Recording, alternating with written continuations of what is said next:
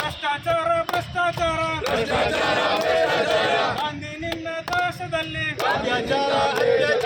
ಮೋದಿಯ ಅತ್ಯಾಚಾರ.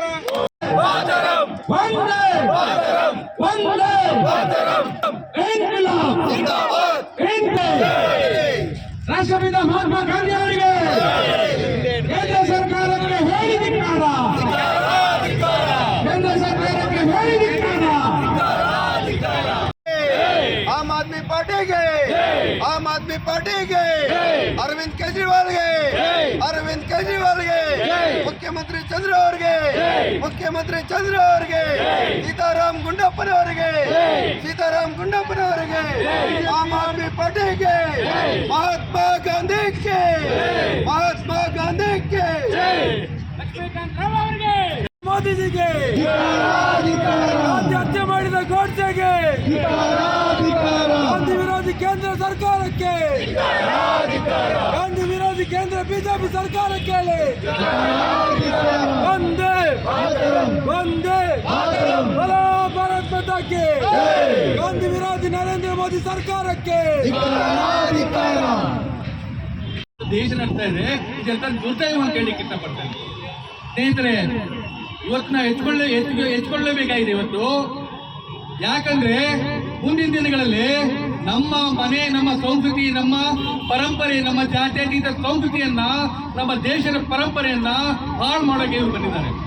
ದೇಶದ ಸಂಪತ್ತನ್ನು ಲೂಟಿ ಮಾಡ್ತಾ ಇದ್ದಾರೆ ಅದಾನಿ ಅಂಬಾನಿಯವರಿಗೆ ಮಾರಿ. ಅಲ್ಲೇ ಇಂಥ ಮಹಾತ್ಮರ ಹೆಸರನ್ನ ತೆಗೆದು ಇವತ್ತು ಜನರಿಗೆ, ನಮ್ಮೆಲ್ಲ ದೇಶಕ್ಕೆ ಒಂದು ಅವಮಾನ ಮಾಡ್ತಾ ಇದ್ದಾರೆ.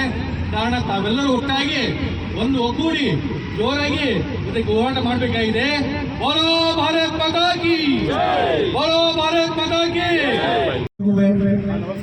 ಇವತ್ತಿನ ದಿವಸ Mahatma Gandhi national rural employment guarantee scheme, ರಾಷ್ಟ್ರೀಯ ಉದ್ಯೋಗ ಖಾತ್ರಿ ಯೋಜನೆಯನ್ನ, ಮಹಾತ್ಮ ಗಾಂಧಿ ಉದ್ಯೋಗ ಖಾತ್ರಿ ಯೋಜನೆಯನ್ನ ಹೆಸರು ಬದಲಾಯಿಸಿ ವಿಕಸಿತ್ ಭಾರತ್ ರಾಮ್ಜಿ ಸ್ಕೀಮ್ ಅಂತ ಹೊಸ ಹೆಸರು ತಂದಿದ್ದಾರೆ. ಈ ಮಸೂದೆ ತಿದ್ದುಪಡಿಗೆ ಅಂತ ನಿನ್ನೆ ಅವರು ಪಾರ್ಲಿಮೆಂಟ್ ಅಲ್ಲಿ ಹಾಕಿದ್ರು, ತುಂಬಾನೇ ವಿರೋಧ ಆಯಿತು. ಇದರ ವಿರುದ್ಧ ಆಮ್ ಆದ್ಮಿ ಪಕ್ಷ ಕರ್ನಾಟಕ, ಬೆಂಗಳೂರು ಸಹ ನಾವು ವಿರೋಧಿಸಿ ಖಂಡಿಸ್ತೀವಿ. ಈ ಮಸೂದೆಯನ್ನ ಹಿಂಪಡಿಬೇಕು, ಇದನ್ನ ಕಾನೂನಾಗಕ್ಕೆ ಬಿಡಬೇಕು ಅಂತ ಎಲ್ಲ ಪಕ್ಷಗಳಲ್ಲೂ ನಾವು ವಿನಂತಿಸ್ಕೊತಾ ಇದ್ದೀವಿ. ಈ ನರೇಂದ್ರ ಮೋದಿ ಸರ್ಕಾರ, ಭಾರತೀಯ ಜನತಾ ಪಾರ್ಟಿ ಸರ್ಕಾರ ಮಹಾತ್ಮ ಗಾಂಧಿ ಅವ್ರನ್ನ ಕೊಂದು ಗೋಡ್ಸೆ ಅವ್ರನ್ನ ತಮ್ಮ ಹೀರೋ ತರ ಅವ್ರು ಬಿಂಬಿಸಿ, ವೀರ್ ಸಾವರ್ಕರ್ ಯಾರು ಸ್ವಾತಂತ್ರ್ಯ ಹೋರಾಟದಲ್ಲಿ ಗಾಂಧೀಜಿ ಅವರು ಸ್ವಾತಂತ್ರ್ಯ ಸಿಕ್ಕಿದಾಗ ಗೋಡ್ಸೆ ಅವರು ಬ್ರಿಟಿಷರ್ ಕಾಲಿಗೆ ಬಿದ್ದು ಕ್ಷಮೆ ಯಾಚನೆ ಬರೆದು ಅಂಥ ವ್ಯಕ್ತಿತ್ವ ಇವರು ಹೀರೋಗಳಾಗಿ ಬಂದಿದ್ದಾರೆ. ಇವ್ರಿಗೆ ರಾಮನ ಬಗ್ಗೆನೂ ಗೌರವ ಇಲ್ಲ, ರಾಮ ಹೇಳಿದ ಬಗ್ಗೆನೂ ಗೌರವ ಇಲ್ಲ. ಆ ರಾಮನ ಪರಮ ಭಕ್ತ ಮಹಾತ್ಮ ಗಾಂಧೀಜಿ, ಮೋಹನ್ ದಾಸ್ ಕರಮ್ಚಂದ್ ಗಾಂಧಿ ಅವರು ಆರಾಮಾಗಿ ಸೌತ್ ಆಫ್ರಿಕಾದಲ್ಲಿ ದೊಡ್ಡ ಲಾಯರ್ ಆಗಿ ಅವರು ತಮ್ಮ ಉದ್ಯೋಗವನ್ನು ಮುಂದೆ ನಡೆಸ್ಕೋಬಹುದಾಗಿತ್ತು.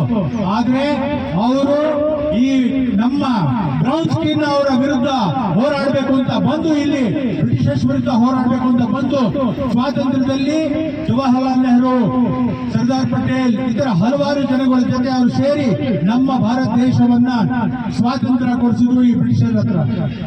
ಈಗ ಇದು ಒಂದೇ ಮಸೂದೆಯಲ್ಲಿ ಹೆಸರೊಂದೇ ಬದಲಾವಣೆ ಅಲ್ಲ, ವಿಕಸಿತ ಅಂತ. ಇದರ ಹೆಸರು ಅವಿಕಸಿತ ಭಾರತ ಅಂತ ಇಡಬೇಕು. ಉದ್ಯೋಗ ನಾಶ ಆಗ್ತಾ ಇದೆ, GST ಕಲೆಕ್ಷನ್ ಎಲ್ಲ ಕಮ್ಮಿ ಆಗ್ತಾ ಇದೆ. ನಮ್ಮ GDP 3.5 ಟ್ರಿಲಿಯನ್ ಅಂತಾರೆ, ಬರೀ ಸುಳ್ಳು. ನಿನ್ನೆ ಸಹ ವರ್ಲ್ಡ್ ಬ್ಯಾಂಕ್ ಆಮೇಲೆ IMF ಹೇಳಿದ್ದಾರೆ, ಈ ಭಾರತ ದೇಶದ ಟೋಟಲ್ ಉತ್ಪಾದನೆ GDP 2.5 ಟ್ರಿಲಿಯನ್ ಮಾತ್ರ ಇದೆ. ನಮ್ಮ ಪರ್ ಕ್ಯಾಪಿಟಲ್ GDP, ಪ್ರತಿ ವ್ಯಕ್ತಿ ಆದಾಯ ಬಾಂಗ್ಲಾದೇಶ. ನೋಡಿ, ಬಿಜೆಪಿ ಒಂದು ನಾಚಿಕೆಗೇಡಿನ ಒಂದು ಕೆಲಸಗಳನ್ನು ಮಾಡ್ತಾ ಇದೆ ಅನ್ನೋದಕ್ಕೆ ಇದೇ ಒಂದು ತಾಜಾ ಉದಾಹರಣೆ. ಯಾಕಂದ್ರೆ ಈ ದೇಶದ ಸರ್ವರನ್ನು ಒಗ್ಗೂಡಿಸಿ ಈ ದೇಶಕ್ಕೆ ಸ್ವತಂತ್ರವನ್ನು ಕೊಡಿಸುವಲ್ಲಿ ಮುಂಚೂಣಿಯಲ್ಲಿ ನಾಯಕನಿದ್ದಂತಹ ಮಹಾತ್ಮ ಗಾಂಧಿಯವರ ಹೆಸರು ನಿಮಗೆ ಬೇಡವಾಯ್ತಲ್ಲ. ಕೇವಲ ನೀವು ನಾಗಪುರದ ಗರ್ಭಗುಡಿಯ ಸಂಸ್ಕೃತಿಯನ್ನು ನೀವು ತೆಗೆದುಕೊಂಡು ಬಂದು ಎಲ್ಲರೂ ಸಹ ರಾಮ್ಜಿ ಅಂತ ಹೆಸರನ್ನ ಇಟ್ಕೊಂಡು ನೀವು ಓಟ್ಗೋಸ್ಕರ ರಾಜಕಾರಣ ಮಾಡ್ತಾ ಇದ್ರಲ್ಲ, ಇದಕ್ಕೆ ನಮ್ಮ ಧಿಕ್ಕಾರ ಇದೆ. ಮಹಾತ್ಮ ಗಾಂಧಿ ಅವರು ಮಾಡಿದ ತಪ್ಪಾದ್ರೆ ಏನು? ದೇಶಕ್ಕೆ ಸ್ವತಂತ್ರ ಕೊಡಿಸಿದ ತಪ್ಪ? ಈ ದೇಶದ ಜನರನ್ನು ಒಗ್ಗೂಡಿಸಿದ ತಪ್ಪ? ಬ್ರಿಟಿಷರನ್ನು ಹೊಡೆದು ಓಡಿಸಿದ್ದು ತಪ್ಪ, ಯಾವ್ದು ತಪ್ಪು ಈಗ ಅವರು ಹೇಳ್ಬೇಕಾಗುತ್ತೆ. ಇಂತಹ ಒಂದು ನಾಡಿನ ಇಂತಹ ಜನಕ್ಕೆ ನಾವು ಮತ ಕೊಟ್ಟು ಅಲ್ಲಿ ಕೇಂದ್ರದಲ್ಲಿ ಆಡಳಿತ ನಡೆಸೋದಕ್ಕೆ ನಾವು ಅವಕಾಶ ಮಾಡ್ಕೊಟ್ಟಿದ್ದೀರಲ್ಲ, ಆ ಜನ ಇವತ್ತು ಪಶ್ಚಾತ್ತಾಪ ಪಡ್ತಾ ಇದ್ದಾರೆ. ಮುಂದೊಂದು ದಿನ ಈ ಜನ ಎಚ್ಚೆತ್ಕೊಂಡು ನಿಮ್ಗೆ ಯಾವ ಜನ ನಿಮ್ಗೆ ಅಧಿಕಾರವನ್ನು ಕೊಟ್ಟಿದ್ದಾರೆ ಅದೇ ಜನ ನಿಮಗೆ ಅಧಿಕಾರದಿಂದ ಇಳಿಸಿ ಜೈಲಿಗೆ ಕಳಿಸುವಂತಹ ದಿನಗಳು ಏನು ಮುಂದೆ ಇದೆ ಅಂತ ಈ ಮೂಲಕ ಹೇಳ್ತಾ ಇದ್ದೀನಿ. ನೋಡಿ, ನಾವು ರಾಷ್ಟ್ರಾದ್ಯಂತ ನಮ್ಮ ಆಮ್ ಆದ್ಮಿ ಪಾರ್ಟಿ ಕೇಂದ್ರದಲ್ಲಿ ಮತ್ತೆ ಇದರಲ್ಲಿ ದೆಹಲಿಯಲ್ಲಿ, ಪಂಜಾಬ್ ಅಲ್ಲಿ ಮತ್ತು ಗೋವಾ, ಗುಜರಾತ್ ಎಲ್ಲ ರಾಜ್ಯಗಳಲ್ಲೂ ಸಹ ನಾವು ಇದರ ವಿರುದ್ಧ ನಾವು ಹೋರಾಟವನ್ನು ನಡೆಸ್ತಾ ಇದ್ದೇವೆ. ಯಾಕಂದ್ರೆ ಗಾಂಧಿಯ ಹೆಸರನ್ನು ತೆಗೆದು ಬೇರೆ ಹೆಸರಿಡುವಂತ ಅವಶ್ಯಕತೆ ಇರಲಿಲ್ಲ. ನಿಮ್ಮ ಸಾಕಷ್ಟು ಹೆಸರುಗಳಿವೆ, ಕಾರ್ಯಕ್ರಮಗಳಿದ್ವು, ನೀವು ಇಟ್ಕೊಳ್ಳಿ. ನಿಮ್ಗೆ ಯಾವ್ದು ಕಾರ್ಯಕ್ರಮಗಳಿಲ್ಲ, ಯಾಕಂದ್ರೆ ಹೊಸ ಕಾರ್ಯಕ್ರಮಗಳೇನು ಮಾಡಿಲ್ಲ. GDP ಸುಳ್ಳು ಹೇಳ್ತಾ ಇದ್ರೆ, ಸುಳ್ಳು GDP ಹೇಳ್ತಾ ಇದ್ರ, ಅಭಿವೃದ್ಧಿ ಶೂನ್ಯ. ದೇಶದ ಸಾಲ 200 ಲಕ್ಷಕ್ಕೂ ಹೆಚ್ಚು ಆಗಿದೆ. 60 ವರ್ಷಗಳಲ್ಲಿ ಕೇವಲ 57 ಲಕ್ಷ ಸಾಲ ಮಾಡಿದಂತ ದೇಶ ನರೇಂದ್ರ ಮೋದಿ ಅವರು ಬಂದು 11 ವರ್ಷಕ್ಕೆ 200 ಲಕ್ಷವನ್ನು 157 ಲಕ್ಷ ಎಕ್ಸ್ಟ್ರಾ ಸಾಲ ಮಾಡಿದೆ. ನೀವು ಸಂಸತ್ನಲ್ಲಿ ಗಂಭೀರವಾದಂತಹ ಪ್ರಶ್ನೆಗಳಿಗೆ ಉತ್ತರಿಸಿ ದೇಶದ ಪ್ರತಿಪಕ್ಷಗಳಿಗೆ ಮತ್ತು ಜನಗಳಿಗೆ ಉತ್ತರ ಕೊಡಬೇಕಾದಂತ ಪ್ರಧಾನಮಂತ್ರಿ ವಿದೇಶದಲ್ಲಿ ಹಾರಿ ಇಲ್ಲ ಯಾರೋ ಮೊಹಮ್ಮದ್ ಅವರ ಮೊಮ್ಮಗನ್ ಜೊತೆಗೆ ಡ್ರೈವ್ ಹೋಗ್ತೀರಿ, ಮತ್ತೊಂದು ಮಾಡ್ತೀವಿ ಅಂತ ಹೇಳ್ತಾ ಇದೀರಲ್ಲ, ಇದೆಲ್ಲ ಖಂಡನೀಯ. ದೇಶ ಎಷ್ಟುವರೆಗೂ ಎನಫ್ ಇಸ್ ಎನಫ್ ತಡ್ಕೊಂಡಿದೆ, ಇಷ್ಟು ದಿನ ತಡ್ಕೊಂಡಿದೆ. ಇನ್ನು ಜನ ತಡ್ಕೊಳ್ಳೋ ಶಕ್ತಿ ಇಲ್ಲ. ಯಾಕಂದ್ರೆ ಯುವಕರಿಗೆ ಉದ್ಯೋಗ ಇಲ್ಲ. 18.5 ಲಕ್ಷ ಉದ್ಯೋಗಗಳ ಕೇಂದ್ರ ಸರ್ಕಾರ ನೇಮಕ ಮಾಡ್ಕೊಳ್ಬೇಕಾಯ್ತು, ಅದನ್ನ ನೀವು ಮಾಡ್ತಾ ಇಲ್ಲ. ಅಭಿವೃದ್ಧಿ ಎಲ್ಲಾ ಕಡೆಗಳನ್ನು ಟೋಲ್ ವಸೂಲು ಮಾಡ್ತಾ ಇದ್ರ. ಎಲ್ಲ ಪೆಟ್ರೋಲ್ ಇವತ್ತು ಕ್ರೂಡ್ ಆಯಿಲ್ $55 ಒಂದು ಬ್ಯಾರೆಲ್. ಆದ್ರೆ ನಮ್ಮ ಪೆಟ್ರೋಲ್ ರೇಟ್ ಎಷ್ಟು? 102, 103. ಯಾಕೆ? 60 ರೂಪಾಯಿ ಟ್ಯಾಕ್ಸ್ ಹಾಕ್ತೀರಾ. ಎಲ್ಲದರಲ್ಲೂ ಟ್ಯಾಕ್ಸ್ ಕಲೆಕ್ಟ್ ಮಾಡ್ಕೊಂಡು ನಮಗ್ ಕೊಡ್ತಾ ಇರ್ತಕ್ಕಂಥದ್ದೇನು ಉದ್ಯೋಗ ಕೊಡ್ತಾ ಇಲ್ಲ, ಸ್ತ್ರೀ ಸಬಲೀಕರಣ ಆಗ್ತಾ ಇಲ್ಲ, ಎಜುಕೇಶನ್ ಮತ್ತೆ ಹೆಲ್ತ್ ಡಿಪಾರ್ಟ್ಮೆಂಟ್ ಕಂಪ್ಲೀಟ್ ಫೇಲ್ಯೂರ್ ಆಗಿದೆ, ಸ್ವಚ್ಛ ಭಾರತ್ ಫೇಲ್ಯೂರ್. ಇನ್ನೇನಕ್ಕೋಸ್ಕರ ನೀವು ಯಾವ ಪುರುಷಾರ್ಥಕ್ಕೋಸ್ಕರ ಕೇಂದ್ರ ಸರ್ಕಾರ ನಡೆಸ್ತಾ ಇದ್ದೀರಾ? ಕೂಡಲೇ ತಕ್ಷಣ ರಾಜೀನಾಮೆ ಕೊಟ್ಟು ಈ ದೇಶದ ಮಾನವವನ್ನು ಕಾಪಾಡಿ ಅಂತ ಈ ಮೂಲಕ ನಾನು ಆಗ್ರಹಿಸ್ತಾ ಇದ್ದೀನಿ.